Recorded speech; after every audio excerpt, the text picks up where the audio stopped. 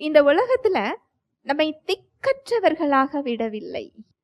நம்முடைய சிறு குழந்தைகளை நம்ம தனியா விடுவோமா? இல்ல. அதற்கு தனியா நிற்க தெரியாது. அது கீழே விழுந்துரும். நம்முடைய கவனம் முழுவதும் அந்த குழந்தை மேல இருக்கும். அதை காட்டிலும் அவர் நம்மீது அன்புள்ளவராக இருக்கிறார். நம்மை அவர் தனியாக விடவில்லை.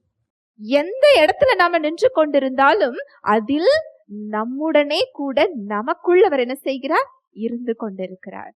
உங்க சிந்தனைகளை அறிந்தவராக, உங்க பலவீனங்களை அறிந்தவர்களாக உங்களுக்குள்ள இருக்கிறார்.